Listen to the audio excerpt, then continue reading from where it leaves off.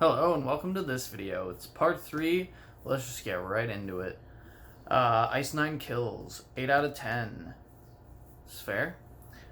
Safe is Just a Shadow is my favorite album. I would say that's still true. The Greatest Story Ever Told. It's a good song. It's the song that got me into them, actually. Uh, my friend showed me them back in high school. I don't know why I have his name in there, but that's fine.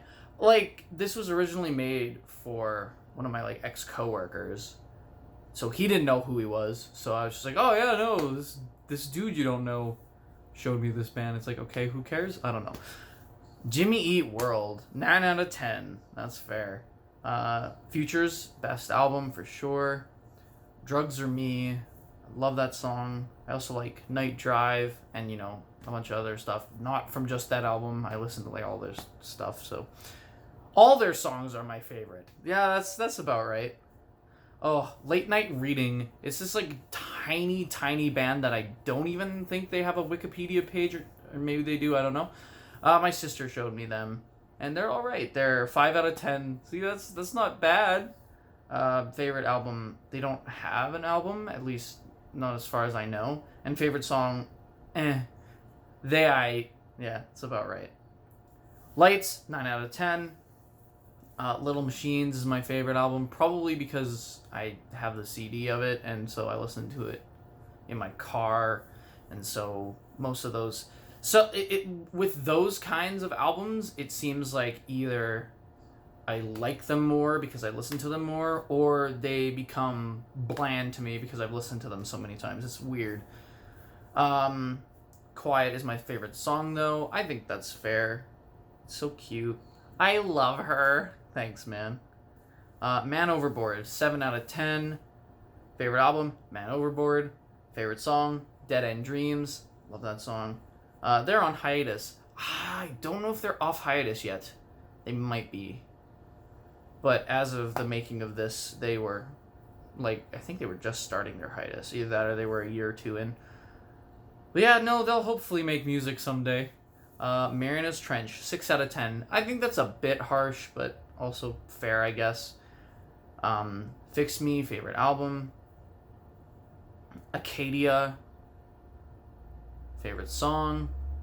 I think it was one of the first songs that I liked, because basically Marianas Trench was my sister's favorite band back in when she was younger. And she was obsessed with them, and I was like, ugh, I don't like them. But then I eventually came around. I think Acadia, September, and Sing Sing were the first songs that I was like, okay, maybe they're not bad. And then now I'm into them. Their newest album is okay. I don't think Astoria was out yet for the making of this. Doesn't change anything, just an observation. I've seen them live twice. That's true. Mayday Parade, 7 out of 10. Maybe 8 out of 10 since Black Lions is so good. But favorite album, Mayday Parade.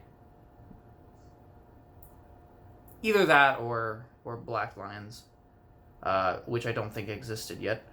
Terrible Things. Oof, that song hits right in the feels. My comment is Black Lines is a good album. So A, it did exist, and B, yeah, I don't know. Because I think the reason I commented that was because everyone was like, oh man, it's so different than all their other stuff. It's not what I expect from them, blah blah blah blah, whatever. And I'm like, it's probably their best album, but okay.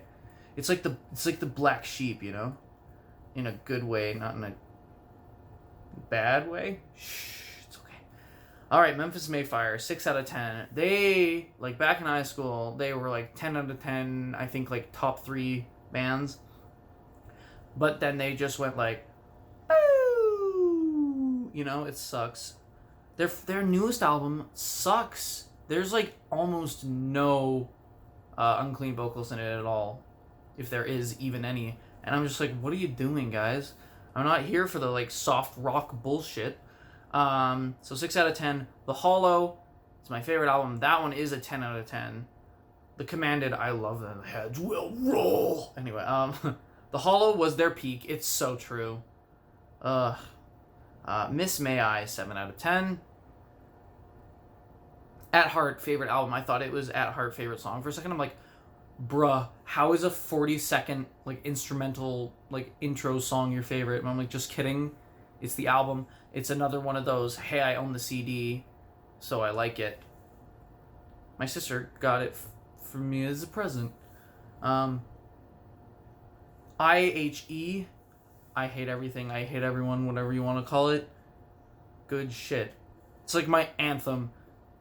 Rise of the Lion kind of sucked, but everything else is pretty good. And I've grown to like be okay with Rise of the Lion. Like, it's not terrible, you know? MXPX, punk shit, baby. Oh, yeah. So everything is not applicable because I just started listening to them. So I've been listening to them for a while now. Oh, geez. I'd give them like a 6 or a 7 out of 10. I couldn't tell you a name of one of their albums. And let's see if I can think of a song. Nope. I can't think of the name of one of their songs. But like they're alright. My Chemical Romance, 7 out of 10. The Black Parade. And Kill All Your Friends. I love that song. I'm glad they broke up before they got bad. Oh my god. Yeah, because I feel like... So, My Chemical Romance broke up before they got bad. Fall Out Boy, like, broke up, but then they came back and were bad.